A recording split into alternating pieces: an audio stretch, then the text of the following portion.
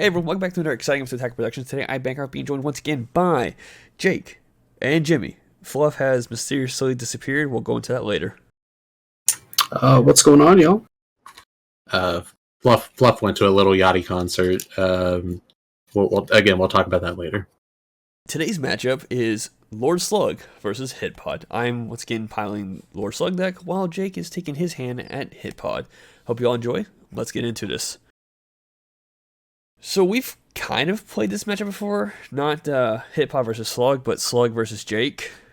Yeah. And I feel like you enjoy this a little too much sometimes. Oh, I love playing against Lord Slug. It's probably my favorite leader to play against. There's nothing like the feeling of drawing cards in a card game, and Slug lets you do that in spades. Yeah. I mentioned in a prior video where there's the ups and downs to it, where giving your opponent resources allows them to see more cards, and then you give them the ability to put cards back in their deck. So at sometimes they're not really losing a lot from their deck, and they're able to cycle cards they don't need for this certain matchup. And Jimmy had mentioned before, this is the deck that hugs or something like that. The group hug. Yeah. So going first isn't ideal, because I can't benefit from free playing the Unison, unfortunately, or not free playing, but paying for one energy. But you gotta make do what you can. So yeah. Speaking of not ideal, I had to charge a super combo there. Felt pretty bad. Yeah, I had to charge a Gohan there. So Bancroft, talk about this Gohan, because every time I build a green deck, I go, "Oh, that Gohan might be good in it," and then it never sees play ever. It's either energy or combo fodder. So I don't even know why I put it in my decks anymore. Well, so your life has to be 3 or less to reduce its cost by 3. So it's a 2-drop, deflect, double strike. Actually, I think that's why I did charge it, actually, because it has double strike, and you can just go nope when it's important. Yeah. So, Wow. But it has 2 effects. If I'm correct, one's popping a card.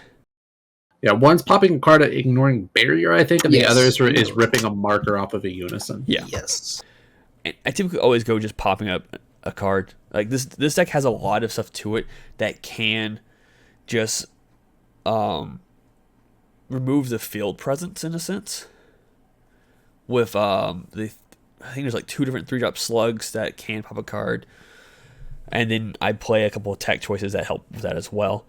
And here, Wings is such a great tech option against a leader who can get rid of cards with skills. Yeah. So, and in case you're not familiar with Wings, I think it's Bond 2 or Bond 3, but as long as it's in rest mode, your opponent, your battle cards cannot be removed by opponent's skills, which is always nice. Then again, it does make it a target.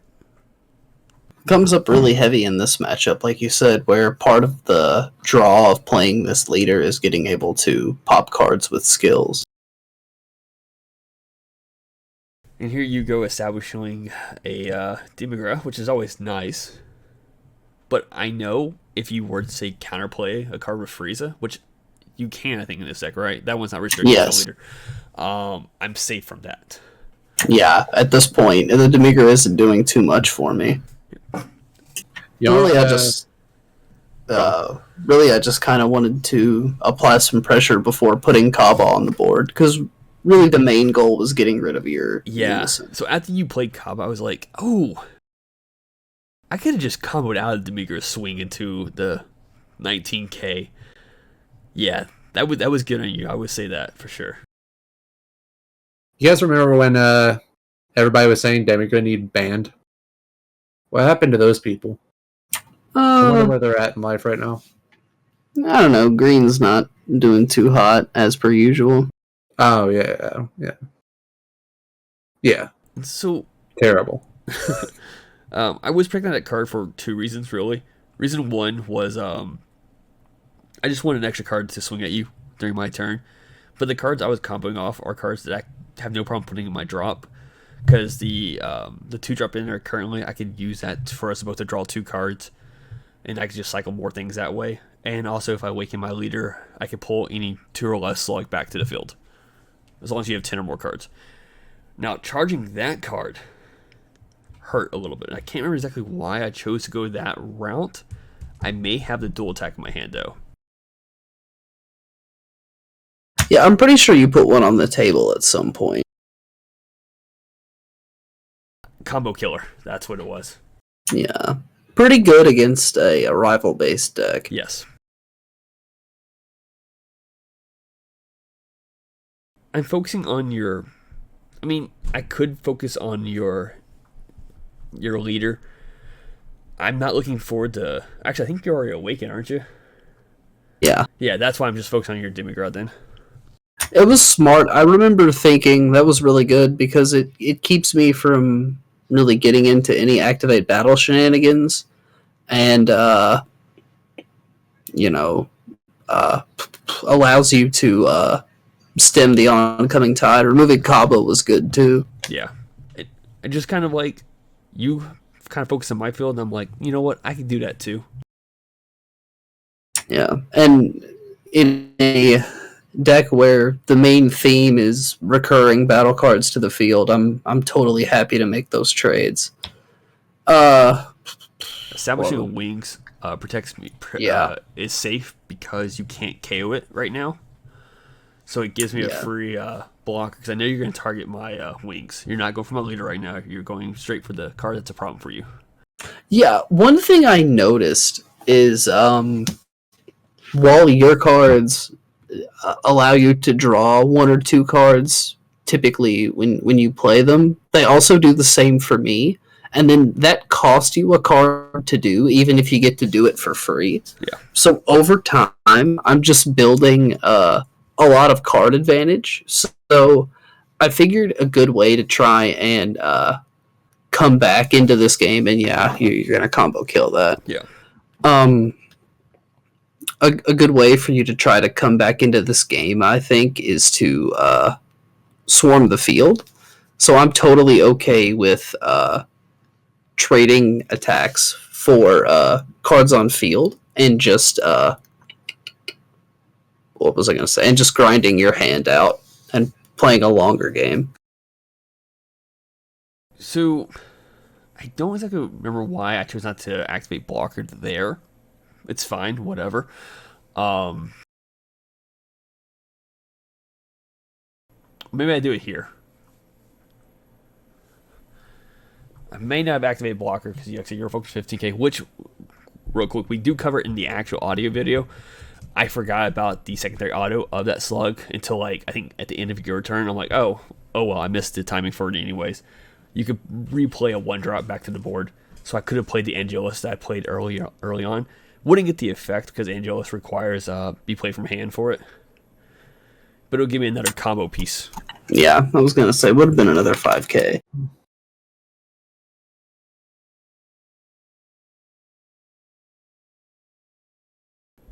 Actually, why did I block that one? Huh.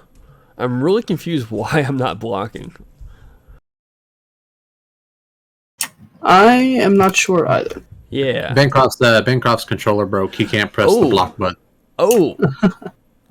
I think I remember why I will say, quote unquote, playing this match slightly poorly. This is the third round. And the previous round, I got hit by the new tiebreaker ruling. Oh, yeah. And I was slightly kind of perturbed by that. Maybe a little bit off your game. Yeah. Perturbed. I mean, I could have said salty. I like salty. So here you countered field spam right back at me. And I'll gladly go down to 4 life and play the Egyptian God card Raw, which has blocker for those of you who aren't aware. Yeah, that's what it says on the card. Yeah, it does. Yeah. It's just in Egyptian, so you can't read it.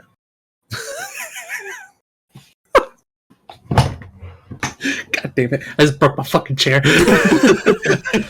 So, my assumption here is that you chose not to swing with the 4-drop is knowing it could become a target by other cards. Right. And you like keeping that card for your Piccolo play. Exactly. I don't want to waste it just for a 15k swing when it's really just going to put another card in your hand. Yeah. And here, I'm trying to get draws first to see what I can play before I awaken my leader, because awakening resands 2 energy, and I don't want to do that unless I, spend the energy first. Yeah. I don't know why I negated so heavily there. I think I just wanted to keep you out of the battle step for whatever reason. I wasn't really sure what you could do.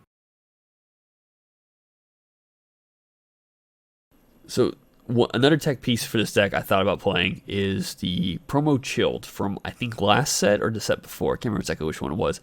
But it has for 2 energy, you can KO any card ignoring barrier, as long as its energy cost is less than or equal to your opponent's hand.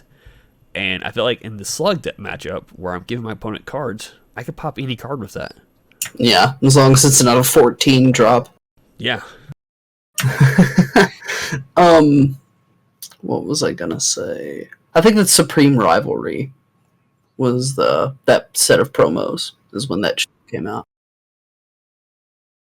And really the free play there was just to get you to pop it by some means. Like Frieza or something? Yeah. Which you did. So I appreciate that. I think I played it. Yeah, sorry. I looked away from the screen. That's what happened. I swung at your Demigra. So I was just forcing you to use your hit ability now.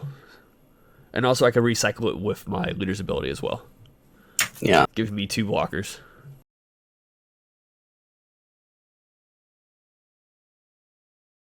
But I'm still not seeing anything worth, like... Okay, there, I just saw it now. Jimmy's favorite card, apparently, because he's never seen it actually in play. I don't like the unknown. Not a lot of people do. I like the known and the slightly known. I don't like the unknown, though. But the art looks neat on the 8 pixels that it is on my screen currently. Fair enough. But Jake had a solution for it, which really kind of hurt. Hey, I like that card, though. I bet you do. I know that card. That card's cool. So now I'm kind of in a situation where, do I just pass? Like, you have a big board. I have some things I can use to stop you from swinging into me. But I focus into an overwhelm. And this is just to either potentially get rid of cards I assume would be problem cards, or get you to lose cards in your hand. And you just play the gate, and I'm like, okay, cool, just go. And here I am. He didn't even discard. I discarded he discarded, but he didn't even discard at that time, bro. Jake, you should have fucking played that man, dude. You should have just slammed that and just went no discard after you said pass. Well, I wanted to put the skillless in my drop area so I could recur it. Nah, it would have been funny. I will say this video is fast forwarded. He was already in the process of discarding a card. Yeah, you can see the top card of the drop area change in the video. Pretty solid. So here, it's just, I know I'm still going to take 2 damage from both Piccolo and the Acrobatic. But, this was an attack option potentially, like, if my opponent is afraid of, like, decking out, they'll put cards back in their deck when they give them the option. And if they don't, cool. If you want to continue swinging, get rid of those extra cards I've been giving you, You don't need them, right? So question, did you tap the token for Piccolo Jr.? Yes. You cannot tap the token. Alliance is non-token? Okay. It's red or green. Yeah. Tokens. Well, I'm pretty sure that it says a red Cyberman token, right? Is the way it's worded. I don't think it specifies a color because I think all tokens are colorless. No matter what. Okay. Well, either way, the I don't think it matters. Is negated, so yeah, it's not like it added anything to Piccolo here. So here, I'm looking at my hand. I'm like, hang on, we still haven't resolved combat yet. And because you chose to block. Yeah, because you have I was like, oh, okay, my bad. Because I'm debating about just trying to figure out what's best. Do I tap out and then hope for the best? And I was like, okay, cool. Let's just tap out. He still has the Demigra swing left if you wanted to do it. And if you happen to have a chop in your hand, I could be screwed. Or, sorry, for Jake, it's Hidden Kai. Always. But you decided to pass turn instead. Because you still have to get rid of 2 cards just to get that extra swing out.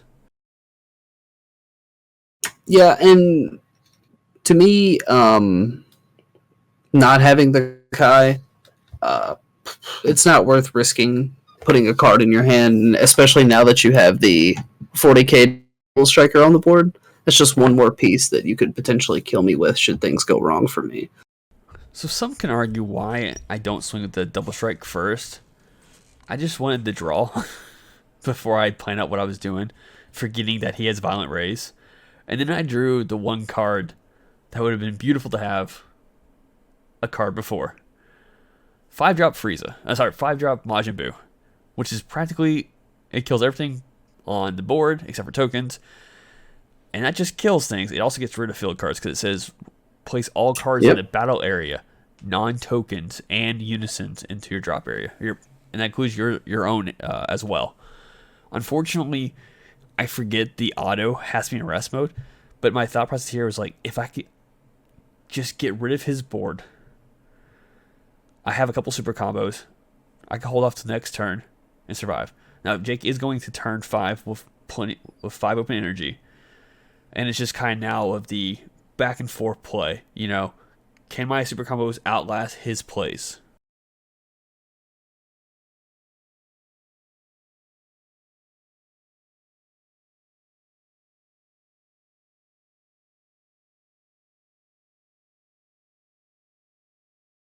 That was a question, guys. You could have answered it if you wanted to. Oh, I thought we were like leaving it as a cliffhanger just for like suspense. Well, I mean, we can still talk though. We didn't have to go completely silent. No, just cut the audio for the rest of this. Video.